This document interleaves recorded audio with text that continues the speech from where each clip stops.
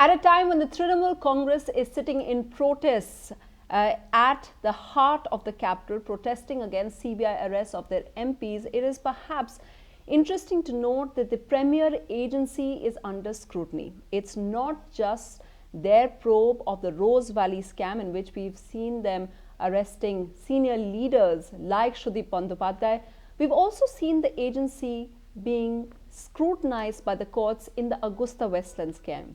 The courts passed strictures against the agency when it came and when it released on bail former Air Chief SP Tyagi. Perhaps at this time it is interesting to hear what the former Principal Secretary to the Delhi Chief Minister Rajendra Kumar, IAS officer, has to say. He is now applied for voluntary retirement because he says he's tired of being harassed by the government, which is using or misusing, as he says, the agency.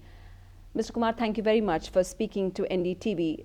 Your letter, which you wrote asking for VRS, is very, very detailed, and it tracks your development, your career, and it makes very, very serious allegations against the CBI. I want to go through them one by one and also to tell our viewers that you've been charge sheeted by the agency. The courts are going to take up that case. We can't go into the merits of that case.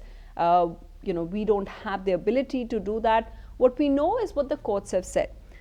You've been accused of giving tenders, of allowing tenders to come in, which caused an exchequer's loss of 12 crore rupees. You have, of course, denied it. The Delhi government has supported you. In a way, would you say you've been caught in the fight between Delhi government and centre, sir? I would like to view it as a much larger issue of what a prudent and an honest and hard-working civil service officer, civil servant, should do in this country today. It's an issue of validity of institutions. It's an issue of legitimacy of the institutions on both sides. On one side, the law enforcement, and on the other side, the general civil service, which is serving this country and which is called steel frame. It's interesting you say that, because the bureaucracy has been up in arms about several cases which they see that they're being made victims to. But I want to go into specific things. After you accused the CBI of framing you because they wanted you to name Arvind Kejriwal and get him involved in this scam that they call it, the CBI came out with its own clarification. They said that how is it that you claim that you were harassed by them, that you also say in your letter that you were physically abused, that the kind of torture and the kind of harassment that you faced is perhaps even worse than one faced by Mr. B.K. Bansal, who committed suicide and his entire family committed suicide. They say if that was true, then you would have told the court. You're a senior officer, sir. You're an IAS officer. The court has also held up so many of the other charges you said. They gave back your documents. So won't you say that the CBI has a point? What I have written in my voluntary retirement request is that I have been abused, I have been threatened, I have been, the choicest abuses have been hurled on me. But there are many other people who have been physically beaten. I have not been beaten. I have not stated that. But there are many other people who have been very severely physically beaten, and many of them would be termed as grievous hurt, which invites a sentence of up to 3 years. They are going to complain of that? I cannot say about them, but I have stated if there is a proper commission of inquiry established on this issue, I think each one of them, in my case, and there are many other cases also, they would come up and they would be able to speak up before the commission of inquiry. Okay, so sir, just to clarify, you are saying that people have been beaten because in order to get evidence against you. Now, who are these people? Are they the co-accused? Because there are 5 other co-accused with you. Are they the co-accused, which are private persons and one government officer as well? They are co-accused also. There are many other people also who have not been named in the final charge sheet. So why is it that they didn't tell the courtroom, especially in the co-accused case, because every time there are medical tests that are done, so why didn't they go to them? One of them even stated in the court also, and the special judge advised him to go for mandamus in the High Court. He went to High Court also, and his submissions in that High Court petition are part of public record. Now the point is that how can a citizen, even a powerful citizen, so to say, like me, can fight the state? Is it not the responsibility of the state and the government to look into these things? Because if somebody is raising a voice against the state, then it's a very, very serious issue. I mean, the state should be, has to look into it, because somebody had had the courage to even raise it. So you're saying, because which part were you raising a whistleblower? Which part? Why is the state doing this to you? I think the reasons for this would be known to the state. I mean, state is a inanimate institution. So what I mean by state here is the people who run the government. They, I don't know as I said, I do not know the reason, but I think they had some political vendetta in mind, some political sidings in mind, and they wanted me to take a particular side, which I have refused. And that is the reason for such a severe thing. It's not only about CBI. Probably you would be surprised to know I have 3 criminal cases against me. A person who have always got the highest awards in the country, the best of the appreciation, has today 3 criminal cases. Which are spin-offs of this particular case? No, they are all separate cases. That's why I'm always using the word state, the government. CBI has done many things, but CBI is not alone. It's a much larger question. It's a much larger, I'll say, plot. And again, it's not about me. I can speak up here. I can go, I can tell the people what has happened. But what about lakhs of people who have no means to even speak up? And what about my wife, my children, my mother, my in-laws? What was their fault that such a thing has been done to me? And again, I will say, by me, it's not me, by lakhs of people like me against whom such things have been done, and they even did not had the courage or the means to raise it up. Okay, sir. You know, you in your letter, you actually trace when it started going wrong, which you trace with your joining the Delhi government and working with Mr. Arvind Kejriwal. But I want to first come back to this very serious thing you're saying about the allegation of physical abuse, because you also mention what has become now an NHRC case and a probe inquiry. We don't know the result of that. Mr. B.K. Bansal's case, his entire family, and he was a CBI accused as well. What is interesting, what our viewers may know, is that the investigating officer in that case, another IRS officer, is Sanjeev Gautam, and he was the IO in your case as well. Yes. And also in B.K. Bansal's case. Yes. Now, sir, you're the only person who's been in CBI custody, and you are saying that B.K. Bansal was murdered. It's not suicide, it was murdered. Why do you say that? When I say murdered, how does a murder take place?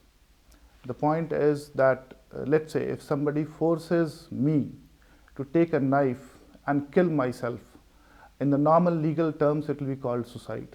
But there was immense pressure on Mr. B.K. Bansal, his son, his wife, and his daughter to take their own life. So that's why I have not called it suicide. I have called it a murder. But sir, in their note, they say, in one of their notes, which the CBI has then released, which we also showed on our channel, they say we don't hold anyone responsible for our murder, the step that we are taking. In the other one, of course, the mother and sister say that they haven't. But of course, we know there is other note as well. How do you explain that? I mean, ultimately, the Mr. Bansal and his son, they were the closest people to the mother and the daughter.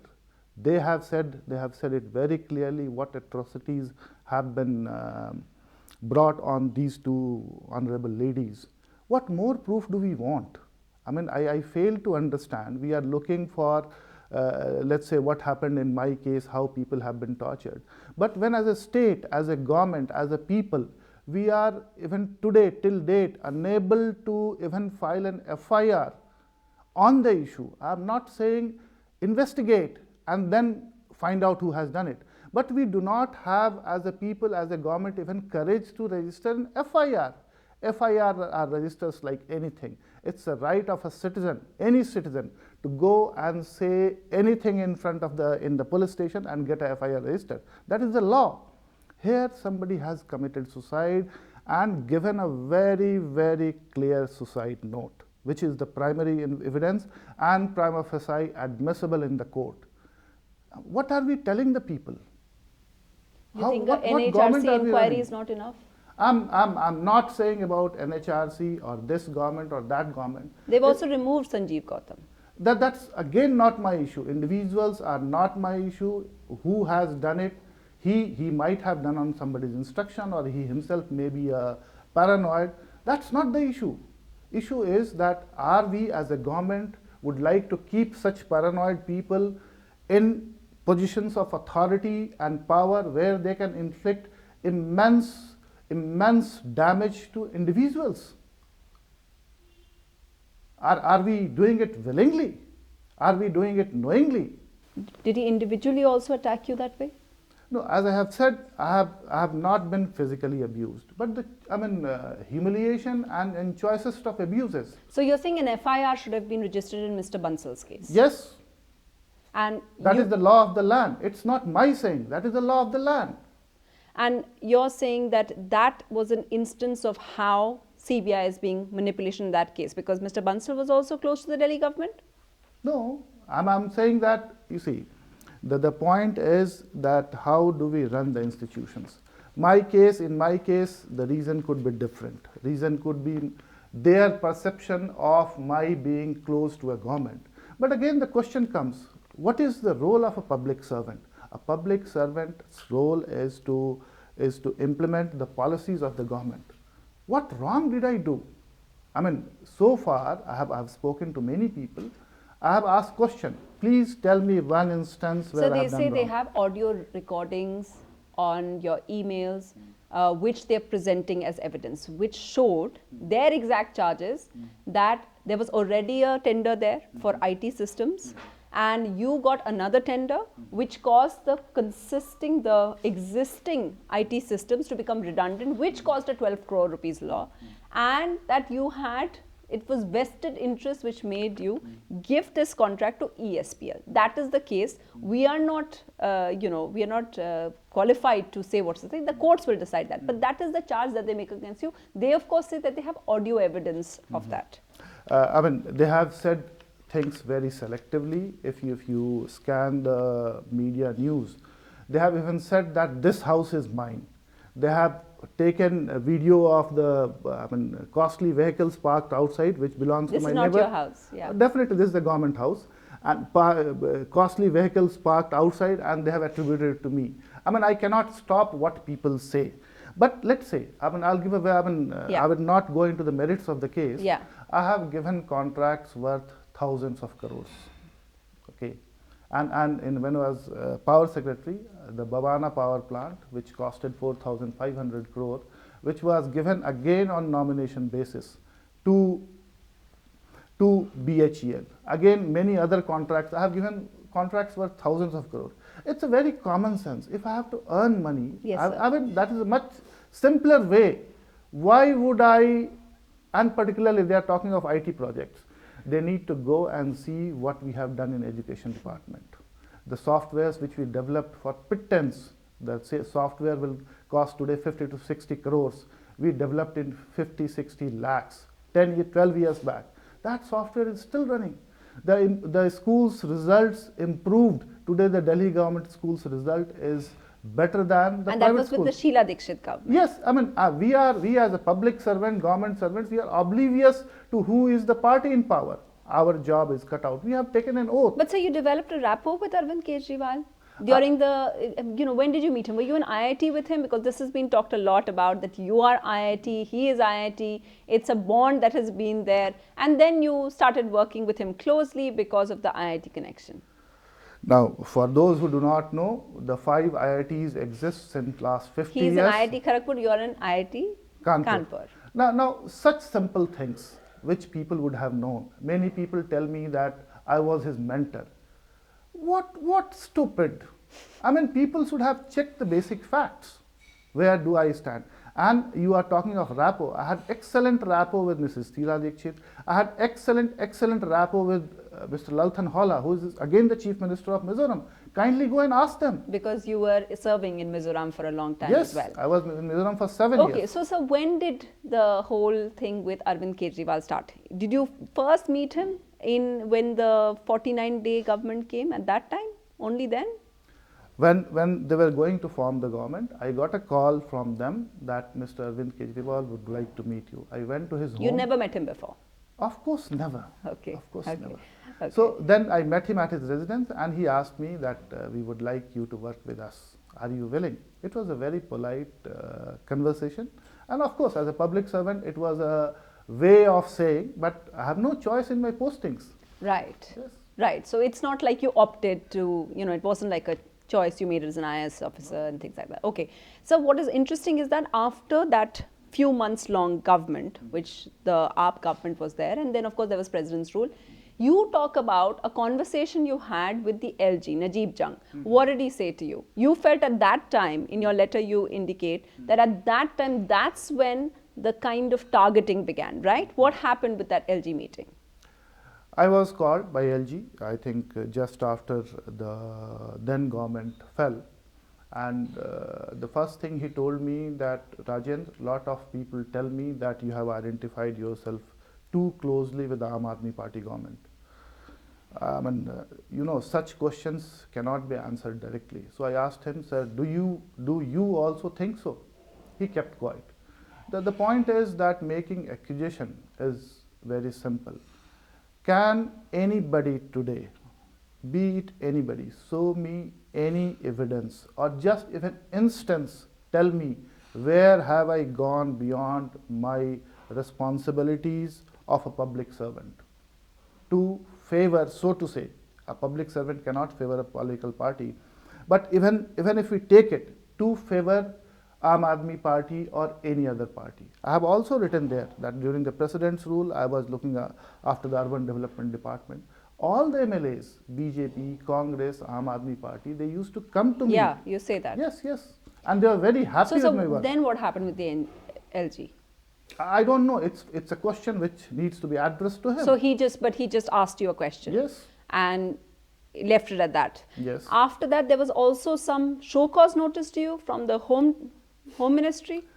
There is a very long series of that. So cause notices, 3 criminal cases, 7, 8 income tax notices. Whatever is the method available with the system, with the government, that has been done to me. Again I will say, it's not material. I will live, I will fight, I will survive. I have taken an oath to do the public service, not the normal oath, but to myself, and I will continue to do that. You also talk about one of the ways that you feel that you're harassed is that you actually believe that the CBI would go to your house, which you've given on rent, which is giving you some kind of revenue from that CBI went and harassed your tenants and forced them to leave? That can be best certified by the tenant himself. But they've said that to you? Somebody can go to my ex-tenant and ask him what happened. They actually said that they are from CBI? Yes. Did they show them the iCard? I don't know. They went to my home at Patna also. They checked my ancestral home, which my father has bought before my birth. But so maybe they thought that what they feel is the proceeds of your ill-gotten wealth, because that's what they were saying, that that you have got money from the tenders that you awarded to people. That may have been, but to say that the CBI acted like thugs, which in this is what you're alleging, that they acted like thugs, that they went and they harassed your tenants, and now you can't even get tenants for your flat. Not only that, they have called hundreds of people, and to each one of them they said, the property you own belongs to Rajendra Kumar. They said, what is this? Then they said, prove that the property you have got is yours. They were made to bring the intimation letters which they have given to government, the source of funding, and in the process against 2-3 people, they have even filed cases of disproportionate assets. The extent to which they have gone. But the issue is why? Why? It cannot be a very simple case of Rajendra Kumar. If he wanted, he could have earned hundreds of crores in a tender worth thousands of crores. Why would he be cornered or cornered in a few contracts, which if you see the contract which in other states have been awarded for 30-40 crore, in the VAT it has been awarded for 2.33 crore, and it was awarded by Excel and it went to Endeavour. If that is the sign of corruption, saving government money, okay, I'll say then I'm corrupt. But do you trust the courts to get to the truth? Trust, definitely the courts will get to the truth. There are a lot of things which are wrong in this country, but still there are some pillars which still stand, and that is the reason which I am still talking to you and to the viewers. And is it right to say that now that you've asked for VRS, have you heard from the government at all? No, not as of now. So you don't know what's going to happen yet? I don't know what is going to happen. Is it a possibility, because if the government, you're an IAS officer, what is interesting also that I was looking at your CV, and that you've also got the Prime Minister's Award for Excellence in 2008. Yes. Which is, the previous government was there at that time. So you're a successful IAS officer who's now facing a CBI case. Would you fight it out like that way, or would you also join the AAP party or any political party? I have to find out the best way to serve the people in public service. Whichever means I find is the best, which fulfills my need and my zest for public service, I will do that. And yes, politics is also an option. There are NGOs, there are many other companies which give excellent service. All of them are options. I will wait for the decision of the government. So you're not ruling out joining the Aam Aadmi Definitely Party? not. I'm not ruling out joining a political party also.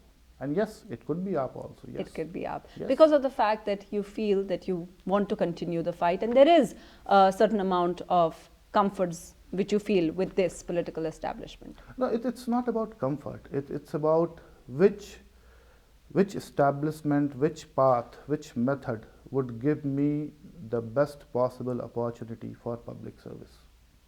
Which could be Arvind Kejriwal and which could be Congress, which could be BJP, which could be Aam Aadmi Party. You refer to George Orwell's Animal Farm Yes. In your letter as well. Well, that kind of Orwellian world which you think is happening in India right now, how hopeful are you of getting justice?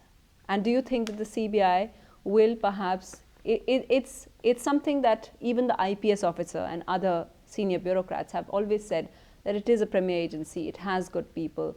It has been called cage parrot as well. In your case, do you think that it will come out? Firstly, the charge sheet has already been filed, so the investigations are over. Secondly, as I have said, no institution is bad. Its institution is an inanimate organization.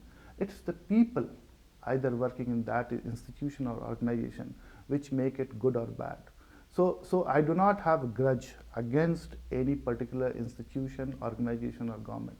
But there are people who have done wrong, who want to propagate a particular ideology. That is wrong. It's a democracy. Well, Mr. Rajendra Kumar, thank you very much for speaking to NDTV. Thank you. Thank you.